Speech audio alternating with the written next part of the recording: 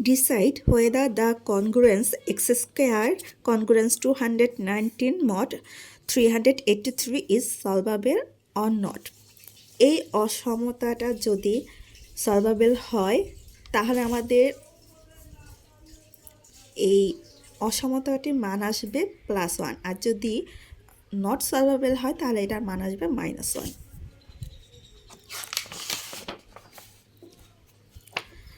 তো the given congruence is solvable if and only if 219 by 383 equal to 1.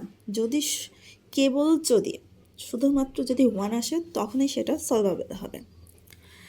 এখন 219কে আমরা 3 × 73 লিখতে পারি এবং 383 এটা একটা অড প্রাইম নাম্বার, আর 383কে 3 দ্বারা ভাগ করলে 383কে 4 দ্বারা ভাগ করলে 3 অবশিষ্ট থাকে।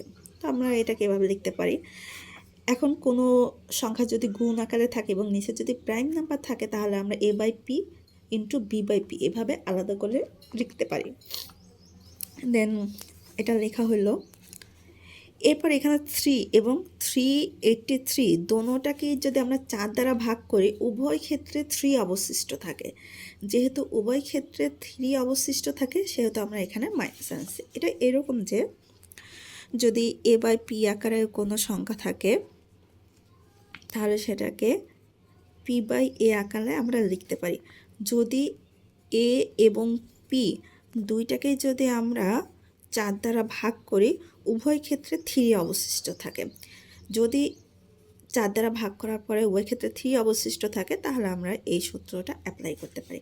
এখানে সেম সূত্রটা অ্যাপ্লাই করা হয়েছে, কিন্তু এখানে আমরা দেখেন 383 3 দ্বারা ভাগ করা যায়, কিন্তু 73কে যখন আমরা ভাগ করব 4 দ্বারা তখন সেক্ষেত্রে 1 অবশিষ্ট থাকে।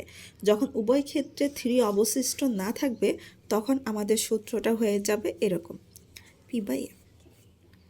এখানে কোনো মাইনাস সাইন আসবে না, তো এখানে আমাদের কোনো মাইনাস সাইন আসে নাই, শুধু উল্টে গেছে। এখন 383কে যখন আমরা 3 দ্বারা ভাগ করব ভাগশেষ থাকে 2। 383কে যখন 73 দ্বারা ভাগ করব তখন আমাদের ভাগশেষ থাকে 18। এখানে এই সাইড নোটে এটাই লিখে দেওয়া হয়েছে। এখন আমরা আরেকটা সূত্র জানি, কোনো একটা ভগ্নাংশ যদি 2 থাকে নিচে যদি প্রাইম নাম্বার থাকে তাহলে সেটাকে আমরা -1 p + 1/4 এই আকারে লিখতে পারি। তো এই এতটুক আমরা এই সূত্রটা অ্যাপ্লাই করছি। এখানের মাইনাসটা এখানে আসছে, আর এই মাইনাসটা হচ্ছে আমাদের সূত্রের মাইনাস। এরপর এখানে 18কে আমরা এভাবে ভাগ করে লিখতে পারি, মানে 2 × 3²। এটা হচ্ছে 2 × 3 × 3।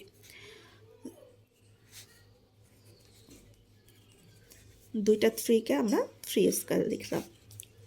এটাকে আবার ভাঙায় লিখতে পারি যে সেম সূত্র, এখানে যে সূত্রটা অ্যাপ্লাই করা হয়েছিল এখানেও সেম সূত্রটা অ্যাপ্লাই করা হয়েছে, যে দুইটাকে আমরা আলাদাভাবে লিখছি।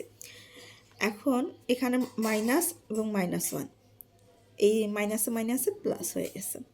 এই 2 প্রাইম নাম্বার এটা আবার সেই সূত্রে যায়, এই সূত্রটাতে ফলাইলাম। দেন কোন একটা সংখ্যার উপর যদি স্কোয়ার থাকে নিচে যদি প্রাইম নাম্বার থাকে সেক্ষেত্রে এটার মান হয়ে যাবে 1। তো আমরা এই পুরাটার মান লিখলাম 1।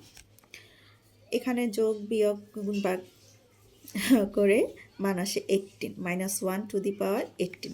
যেহেতু 1-এর উপর জোড় সংখ্যক পাওয়ার রয়েছে সেহেতু এখানে ভিতরের যে মাইনাসটা আছে সেটা আমরা প্লাস লিখতে পারি। যেহেতু আমাদের এই অসমতাটার মান 1 আসছে তা আমরা বলতে পারি hence the given congruence is solvable.